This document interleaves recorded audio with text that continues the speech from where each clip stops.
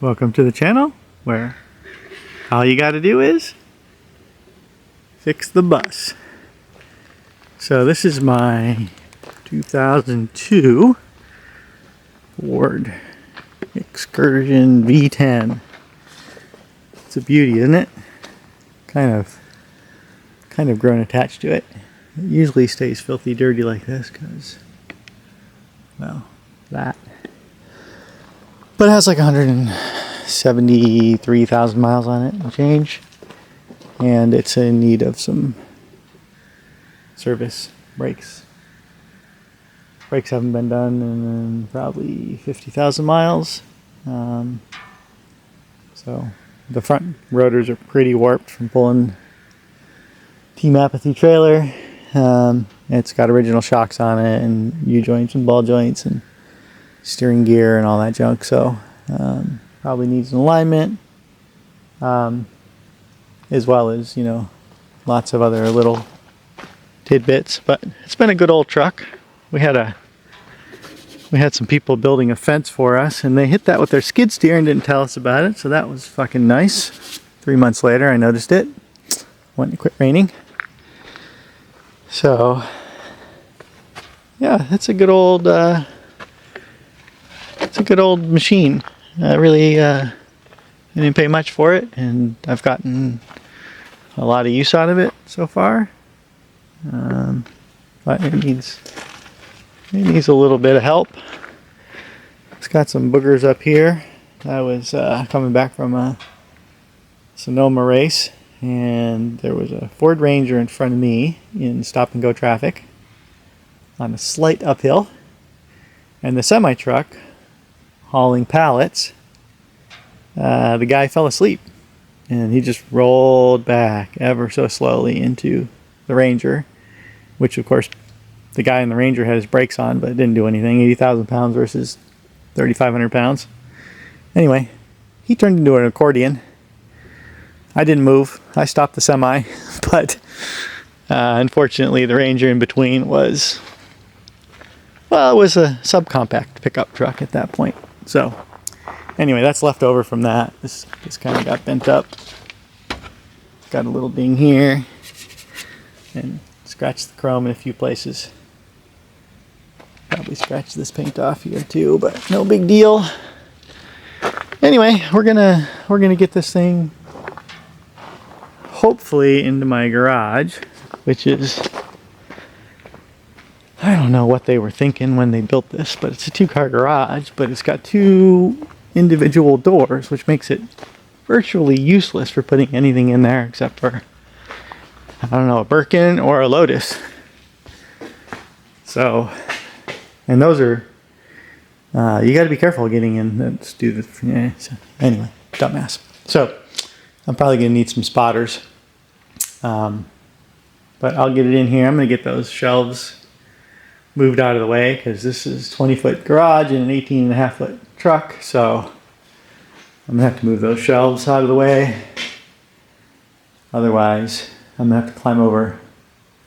It'll probably fit in the door closed, but I won't be able to go around it without going outside. So that would be kind of inconvenient. So I'm going to take 5 minutes to move some stuff around, and we'll get that in some videos soon. That is a fun little machine. 1,900 pounds of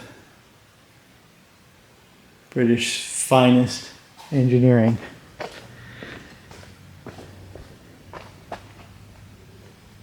So I received the rest of the pieces, and then one more box from Rock Auto showed up a few days back, so don't worry about those won't fit. But pile of bearings, a pile of seals, pile of inner races or outer races, coolant hoses, fan belts, air cleaners, ball joints, fuel filters, brake, ABS sensors, shocks, and then that's a differential rebuild kit and clutches. So this is going to take a little bit of time, probably 2-3 hours to get this all done. Gonna be days, but we'll get at it.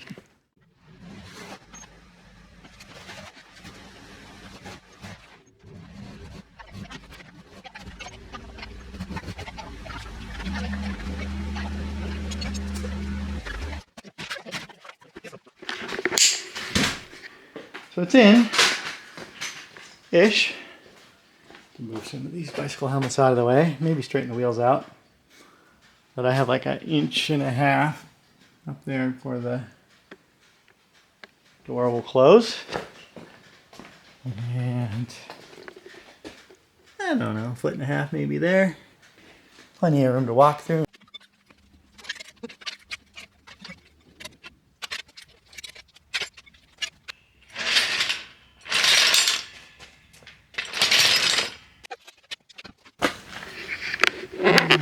Let's see what we got.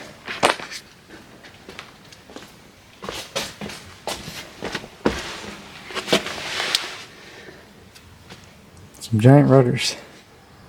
That's what we got. See if I can rig the light up in here somewhere.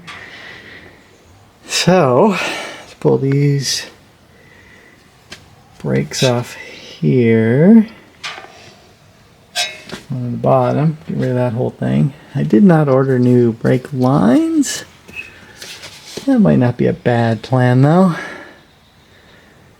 And then let's just pop the bearing cap off and pop that off. That'll get the rotor out.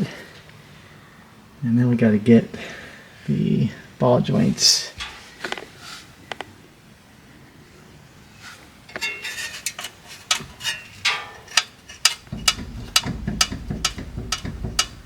That's the movement. It's, I don't think it's going to fall off anytime soon, but see if this one's the same. Ooh, this one. Yeah, there's a lot of movement. You can hear it clunking. It's an interesting little kerfuffle on that rotor. We're going to replace all that anyway, so that's no big deal. And then I also did not buy any of this steering arm junk, but I most certainly can. And those shocks, yeah, those look original. Alright, so we got a little more light on the subject.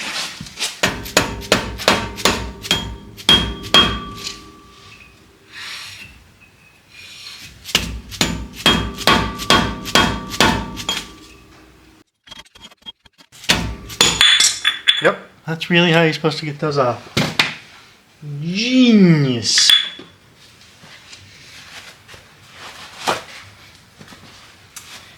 Alright. This is cotter pinned to straight. And out. Ka-thunk. I can pull this off with my hands, but then it'll get dirtier.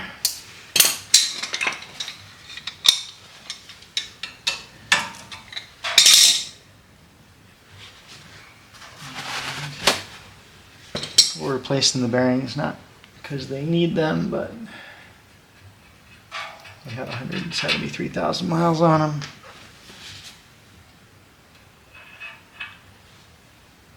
Can't hurt.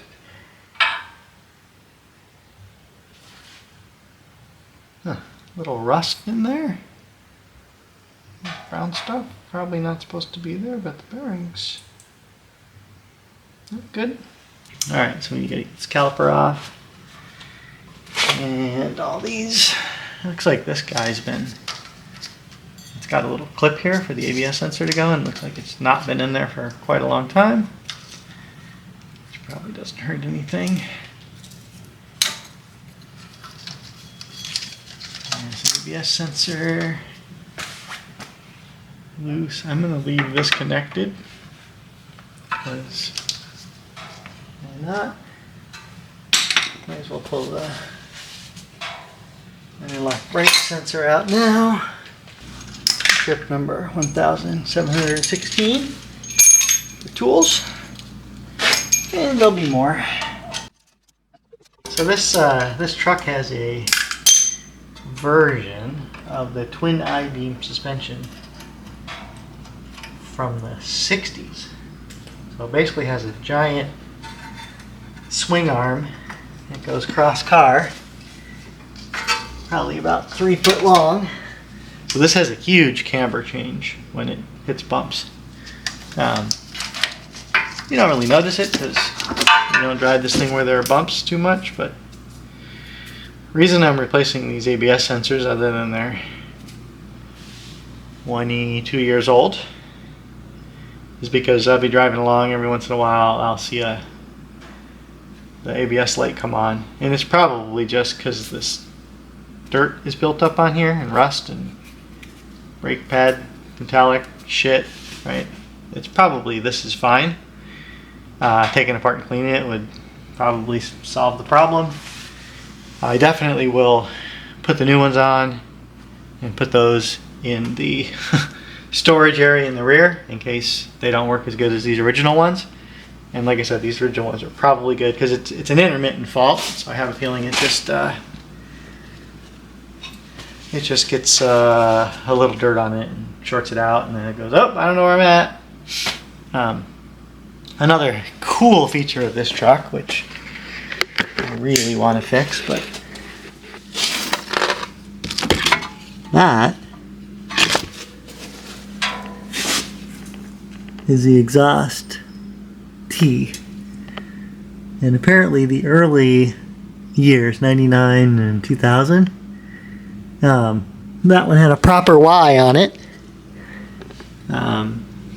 It's really hard to focus here, but that necks down to probably 1 5/8 inches, and then goes in 90 degrees to probably a 3-inch tube. And the reason they did that was apparently people were complaining that it had a weird, because of this engine configuration, being a even fire V10. I don't know why, but people complained that it made a weird noise that annoyed them. And this is how they fixed it. They just choked off the right cylinder bank so it has barely any flow. And I think the left cylinder bank, the Y, is kind of fucked up too. Let's just crawl under here and take a good look at this dumbass Ford engineering.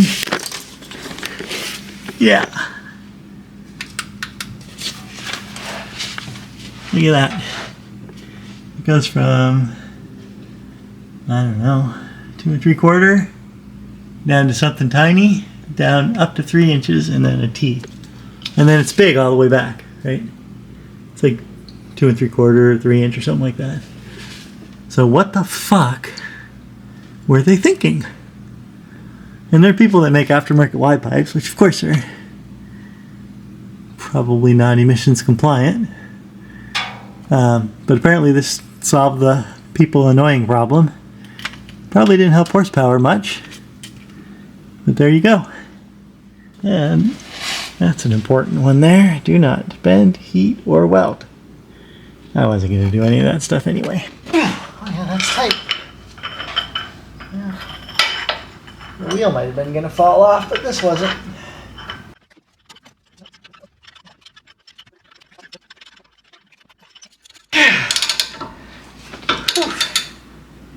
Oh, that's going easy. Okay, so I got a piece of, looks like 3/32 welding rod here. So I'm just going to use this to hang this up. You don't want to hang it from the hose, especially if you're going to reuse the hose. Just make a little hook like that.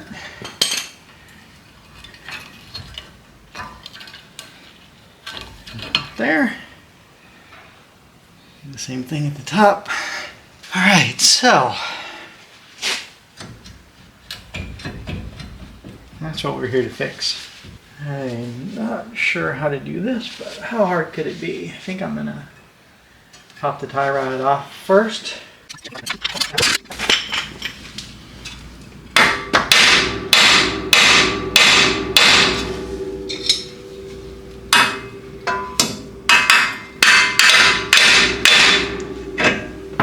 There we go. The old double hammer technique. This time. Gotta synchronize them.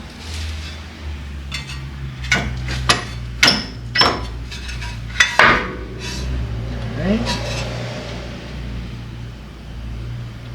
It does have quite a bit of play. Okay, I need to order that guy.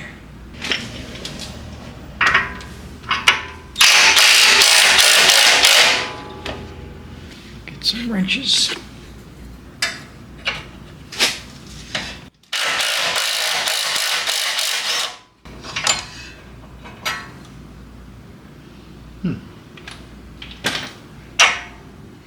That's interesting. To rotate it like that to get the bolt out, which is fine.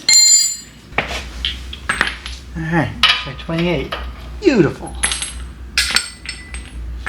Good butter.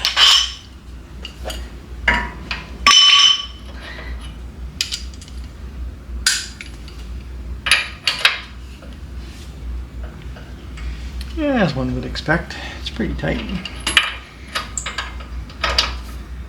Gotta do that black bear thing again though, right? Yeah. It's easy. Alright. Well, that was easy. Little offset bushing dealio? Huh. I don't know how that works. It's definitely off center. I suppose there's a plethora of different versions of this for setting the caster. I don't know.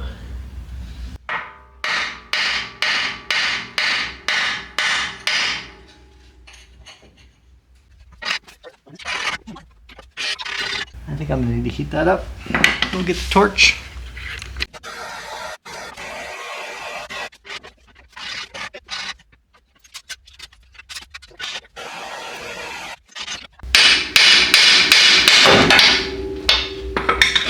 Alright.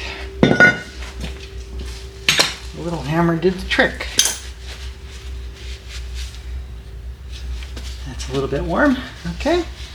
Okay, so now that this is out, I'm going to do the same thing to the other side, but then we'll pop this snap ring off, hit that with a hammer until it pops out this side, and then this one here, we'll probably put it on the press and put a bar down there and press it out with the press. And then install is reverse procedure. Okay, so yeah, a couple hours into this gig and I got those off. Most of the time I was putting the thing in the fucking garage, it's too small. All these parts are going to get replaced, but I got to put new ball joints in these guys. And we'll see how that goes.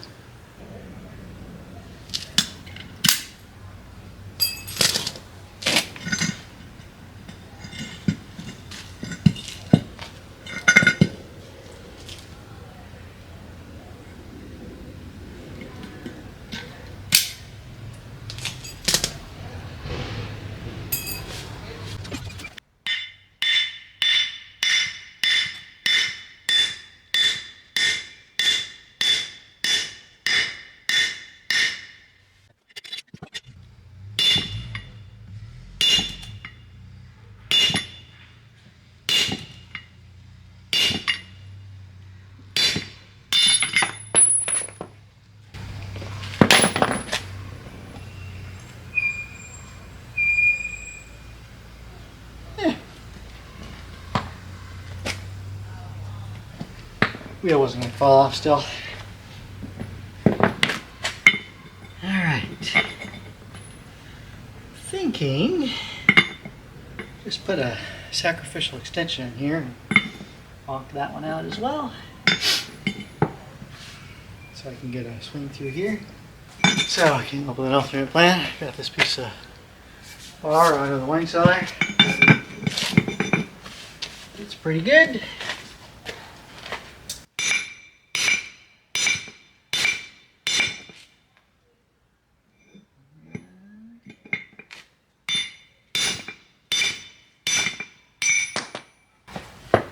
fucking done, ladies and gentlemen.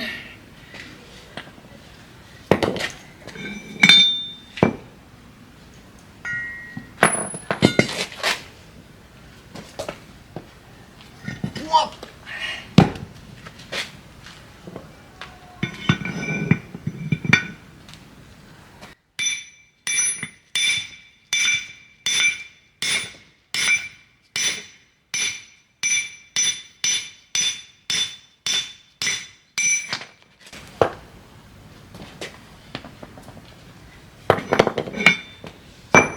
Alright.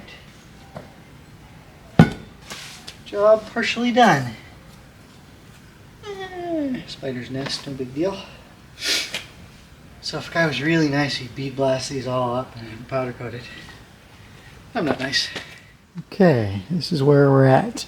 We got the old ball joints out.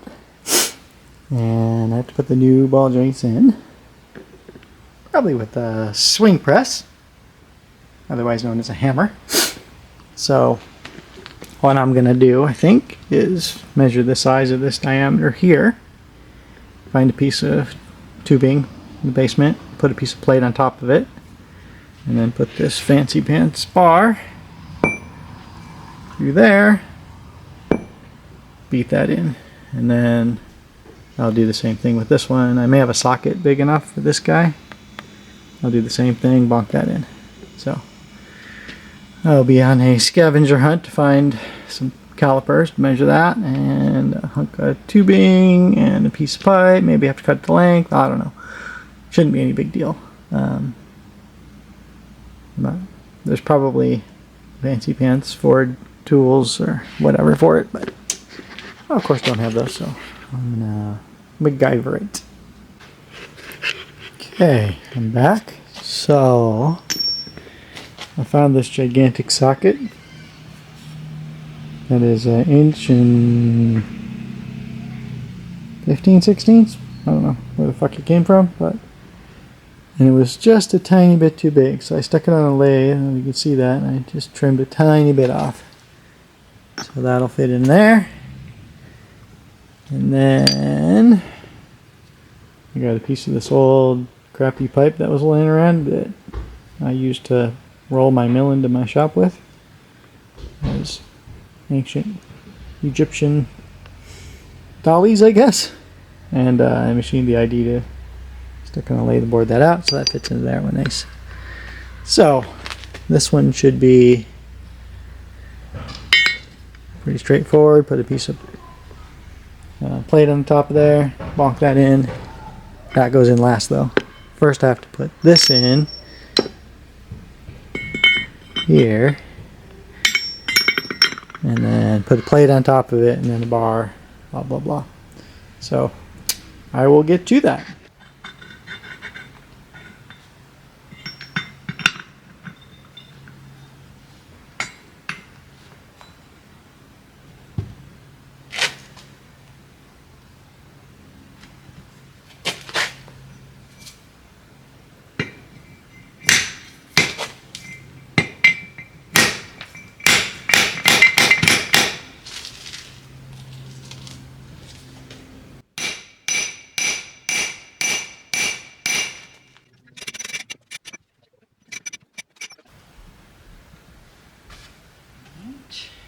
Right.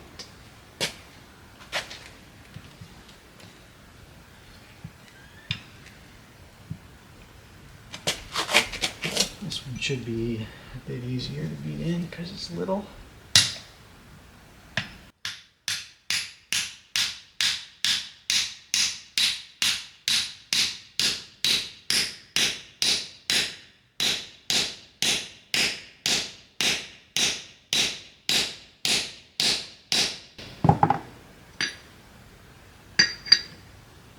You can usually hear it make a different noise when it's seated.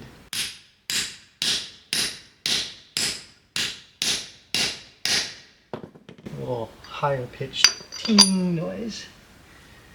There it is. Okay, so these are all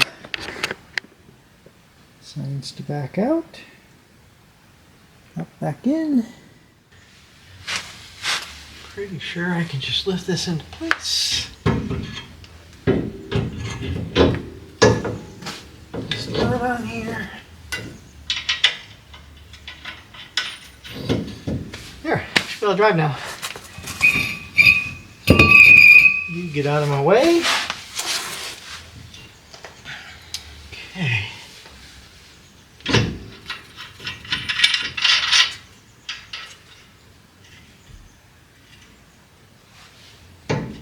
Never had a single lesson.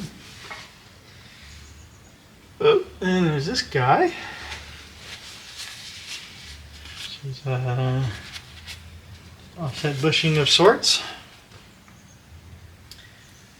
Presumably that goes back where I found it.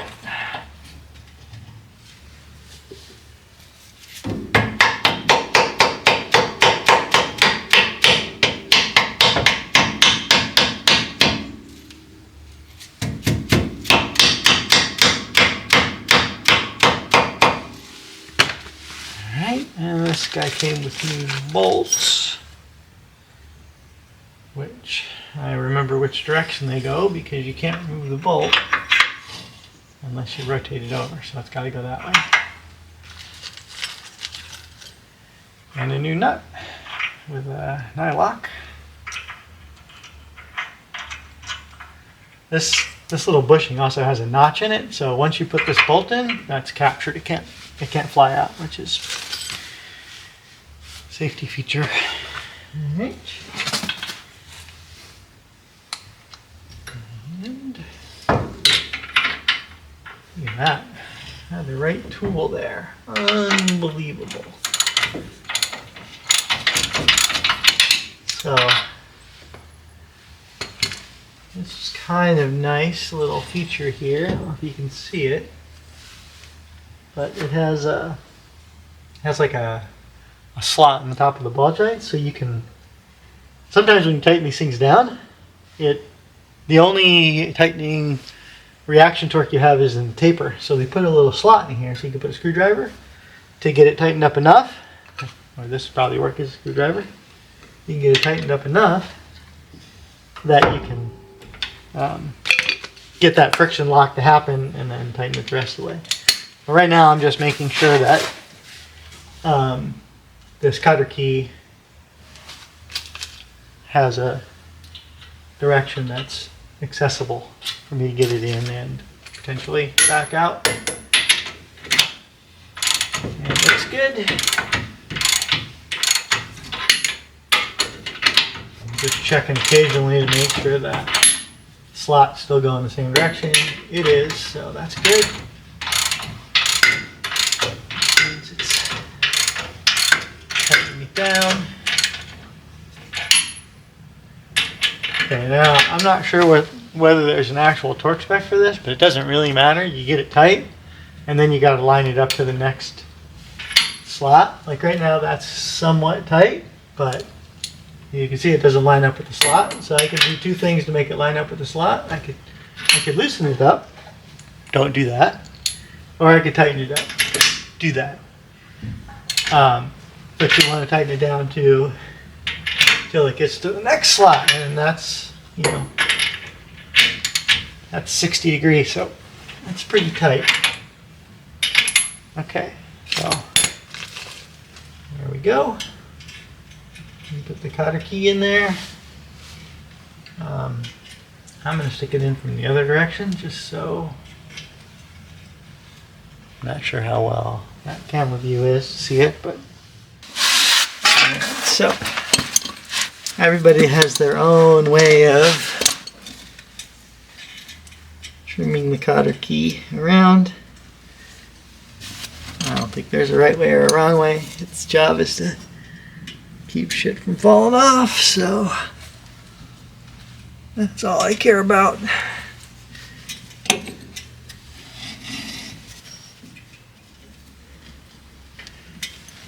So this is what I usually do.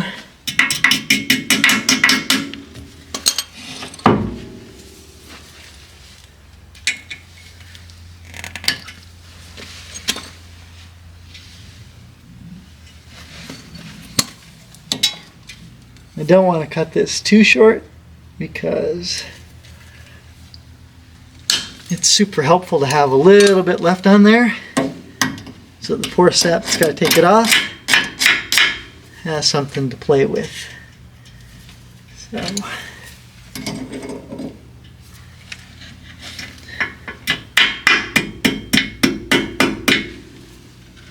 there, that's how I do it. But some people go this way. I don't know. Doesn't matter. It's job as a shear member. You gotta work in shear no matter how you do it. So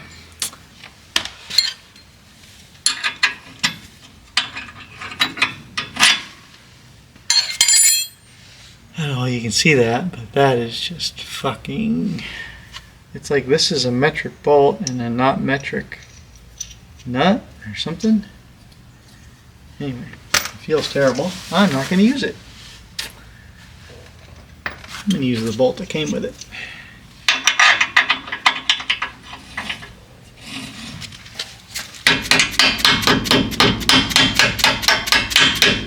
That's the kind of guy I am.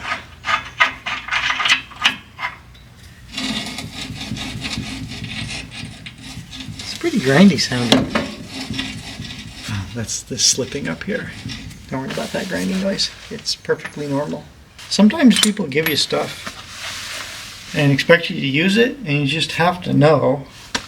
Like if I never done this before, I would like just keep fucking that up.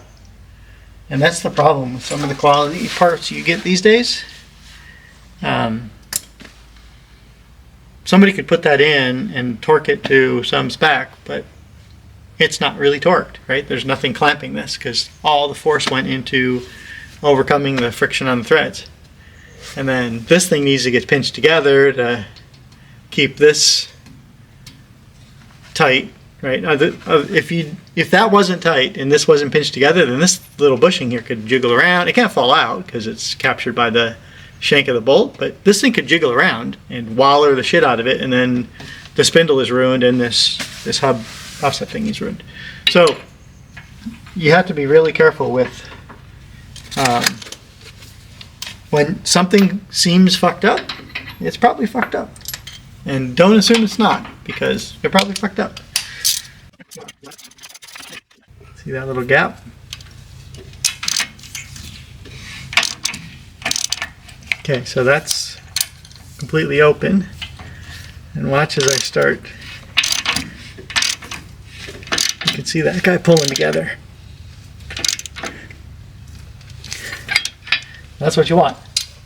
Now there's no relative motion between the two. You can see that's nice and smooth now.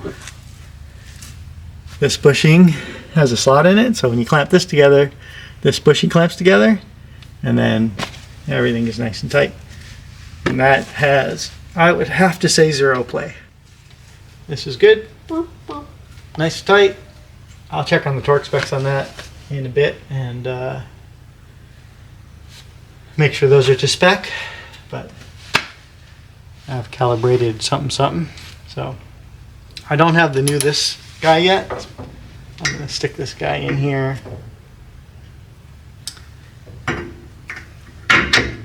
Knowing that I'm going to replace it depending on when it shows up.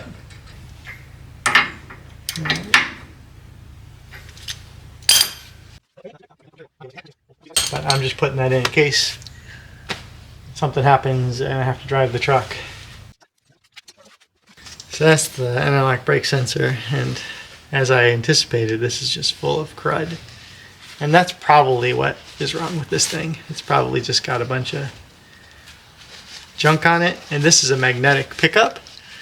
So basically how this works is this has like a little coil and a magnet in here. See these three little doodads? That's the iron. And then as it goes past like a little gear wheel on the inside of the brake rotor, it creates a magnetic field, change in magnetic field, and this actually generates a little bit of voltage, like a little sine wave. It's tiny, it's like 50 millivolts or 100 millivolts, something like that. So if you get a piece of schmutz in there, and that acts as a resistor, then that 50 millivolts turns into 20 millivolts, and then the 20 millivolts doesn't have enough to trigger it.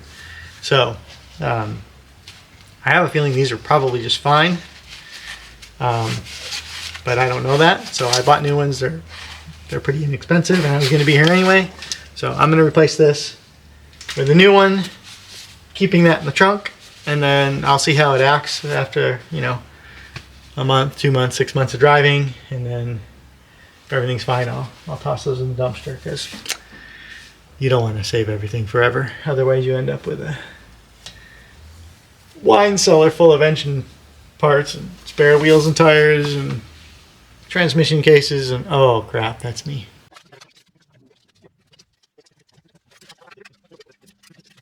Okay, I rounded up some junk from the shop and scienced out which seals and stuff go in here, but this is the brand new rotor, and obviously it's not rusty, but that's because they put a nice coating of rust preventative on it, so I didn't receive a rusty thing. So that is not helpful to break in new pads. So I'm just going to give it a quick cleanup. You could use brake clean on this or acetone or whatever, but yeah, see there's a lot of yuck on there. It's probably a combination of cast iron dust from grinding it, rust preventative. I'm going to do both sides of the rotor, which the other thing I'm going to do with a clean paper towel. You could use a rag as well, but so I'm going to clean inside the bearing inner race, which I bought new inner races or outer races for these bearings, but these happen to come with them, so I won't be needing those. They're only a couple bucks each anyway, so they're kind of nice to have around because they're in millimeter sizes. So if you need a bearing press tool of some sort or reactor surface, it's really nice to have a selection of millimeter increment sizes. Typically millimeter bearings come in. Doesn't really matter what kind of bearing they are. They usually come in 5 millimeter increments. Once in a while they're 2 millimeters, but usually they're 5. Comes in a clean room packaging. It doesn't necessarily mean they're clean, but at least somebody made an attempt of it. That fits in there like that there. Migrated into the area in between the cage and the tapered rollers, which requires a little bit of kind of working it in there. It's easier to get it on the outside of the rollers, but the inside's harder, so you gotta kind of come through the side and work it till it pops out the opposite side. So I'm gonna take, like, I don't know, half a golf ball size hunk and put it inside there. Because when the grease gets hot, this stuff's going to flow around a little bit. The more grease you have in there, the more it can replenish itself when the grease gets old and kind of less useful, I guess. So, now the reason I'm doing this inner bearing first is the outer bearing, you can just grease it up and stick it in there. This one, you have to put this in and then put the seal in. And so once you put the seal in, then you can handle it and it doesn't fall out. Okay, so this is a seal or an outer race that I won't be using. So I'm just going to put that on there. There's a little bit more press fit than I could meander with a screwdriver in my palm.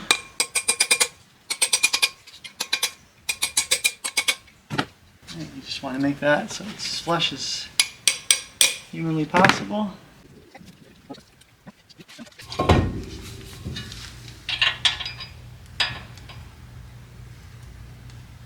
There we go. This fits in the D there. Up there. Now this one doesn't have a castellated nut, so it's a little bit more precise than these guys because you have to adjust the wheel bearing tension. So the way I've always been taught to do that is over tighten it, spin it around, tighten it up definitely more than you want. Make sure it still spins.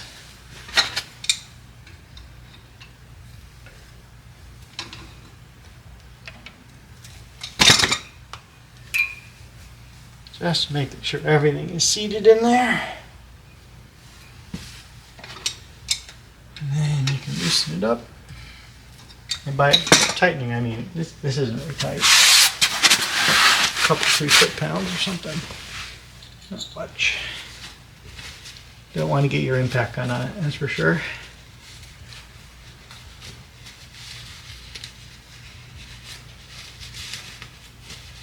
And then this guy has multiple castles and multiple cotter pin interfaces.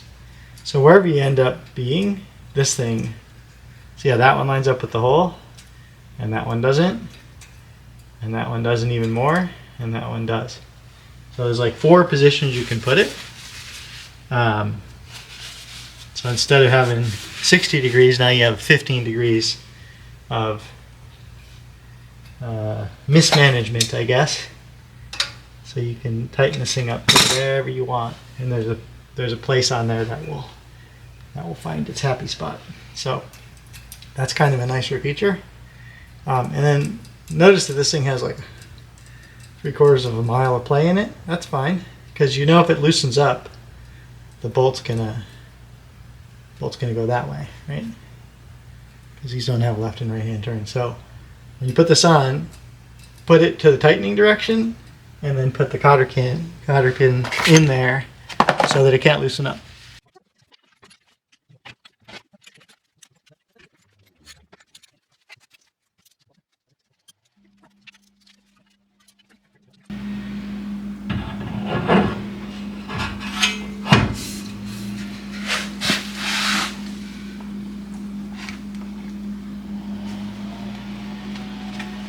There you go. Alright.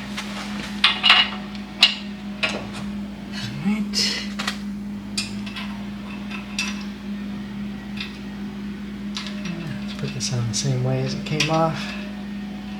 You can tell one side pushed against the bearing, the other side pushed against the bolt. We'll put it that same way.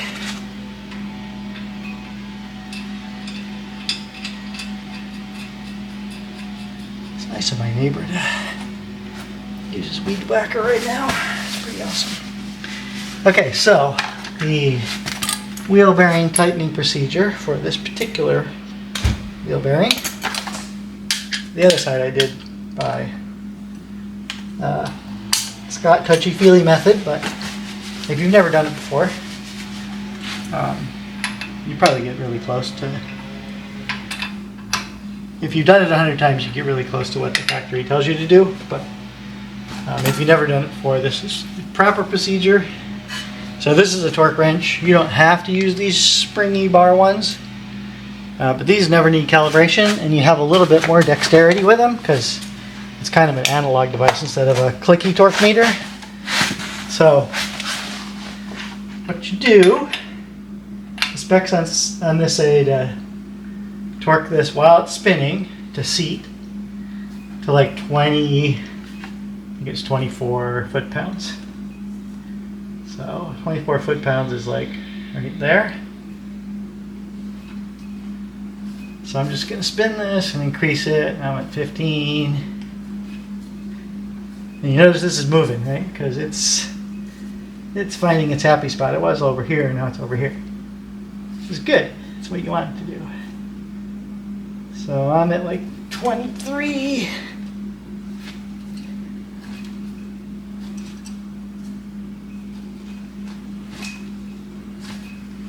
There, so it's tight, but not too tight. And you want to, move it this way, move it that way, whatever. Only takes a couple minutes. Sure you can see that a little better. This part's not that critical. It's just seating the bearings to make sure that the bearings are all perpendicular to the world, to their races. And so then you loosen it up, and then you switch to an inch pound. This is little dainty stuff. So this one, while you're turning it, you make this 18.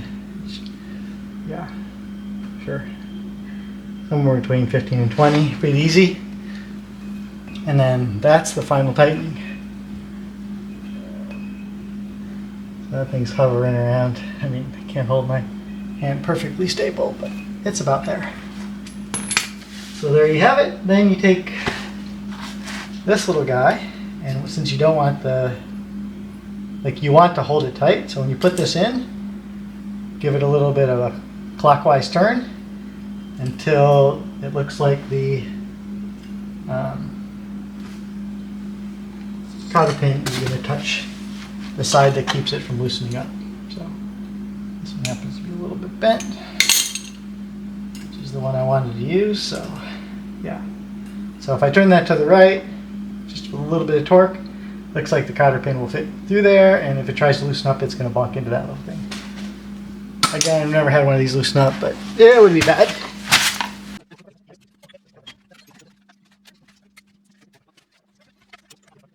They're floating calipers, so basically this part is stationary, and then this part floats back and forth. So as the brake pads wear, it has some adjustment to it, which is fine. A little bit heavier. Sometimes there's rattle happening with them, but in order to get the new brake pads in, because these are thinner, I have to put a clamp on here and clamp this. But when I do that, it's just going to try to go to the other side and pop those ones out. So I either have to put a brake caliper or a shim in between that's the same thickness as the brake caliper on the other side, so those can't scrunch in any farther. And then when I push this side in, that one can't move in and pop the pistons out, because you don't want to pop the pistons out. Okay, so what I did was, instead of trying to find a piece of material, I just took the old caliper, and this rotor was a teeny bit wider than the ones that came off. Those were turned once.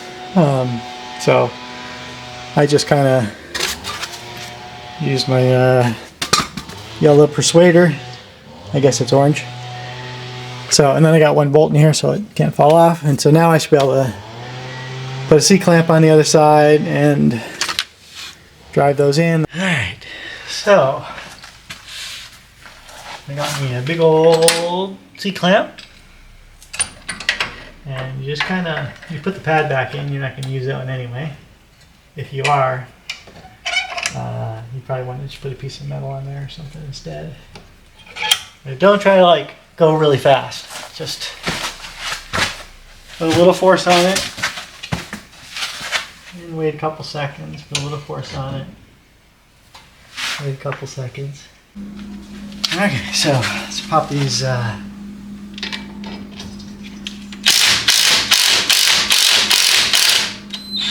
floating calipers off of here. So that's what it looks like with all the giblets in place. These are just springs to spread these back apart so it doesn't drag while you're putting down the road. You know, because you don't want to get 9 miles to the gallon when you get 9.5.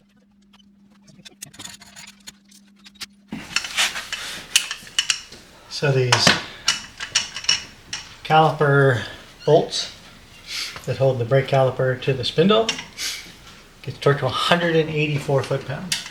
So I don't know if you remember me struggling to get these off. That's probably why.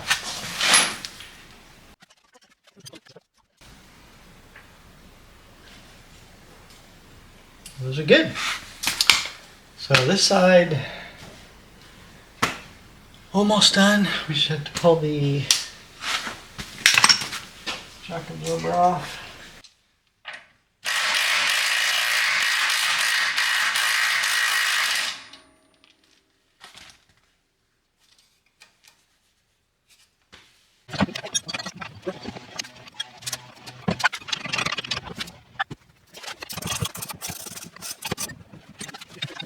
Alright, yeah, look at how much thread's on that. Looking ridiculous. And it's a marred.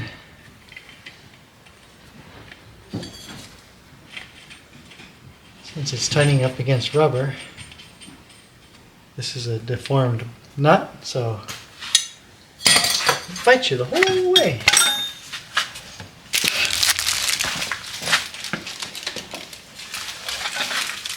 So this is a gas shock. You notice it has this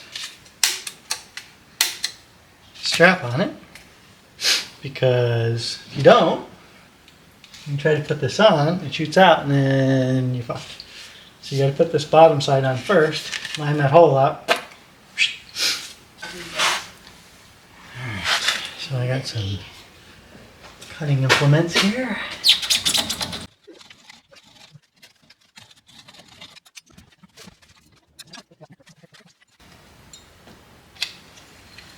Press that. Right there. Alright, so now I got the bushing in there. And it almost fits. That's okay. I can manipulate it a little bit. Like this here. Alright. Now you can see, I think. Yeah, you can see it. It's in there, so now we can cut this guy.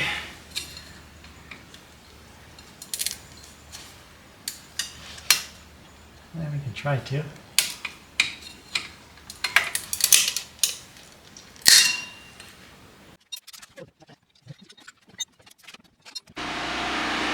Welcome back to the channel.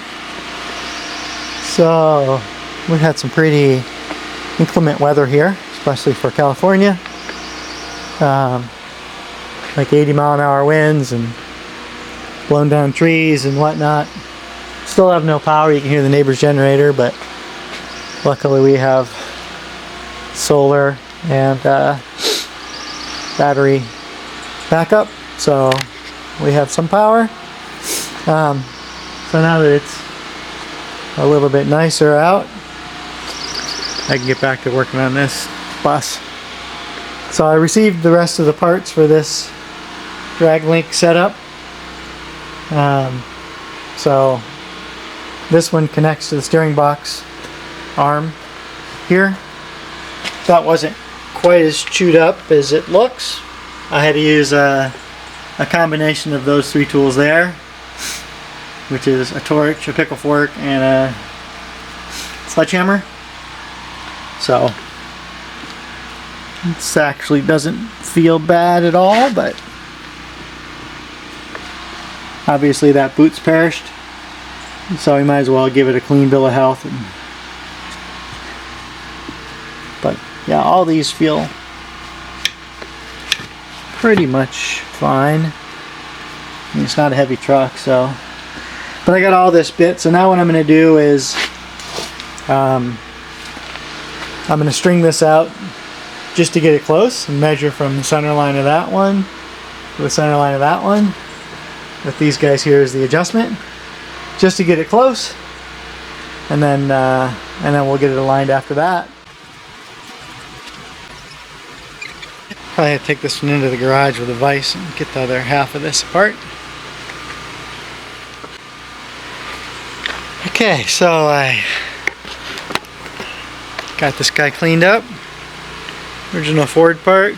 Even tells me it's a 7/8/16 thread, which now it'd be nice I could fix that other one, but I won't need to. It's also labeled left hand over here, so I happen to know that the outer link the right hand thread. So that's this one.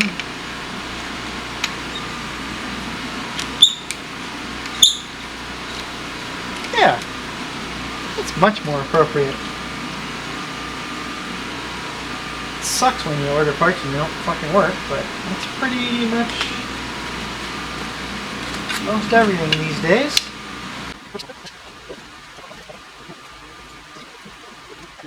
Got all the new bits on. There we go. See down there. Still need to get an alignment on it, but it's all really close. Maybe I'll do another video on how to do an alignment without taking to the man that usually screws it up and it pulls horrendously one way or another. And if you do it yourself, it works every time. It just takes a couple hours, but totally works. You just need some dental floss and jack stands and a tape measure.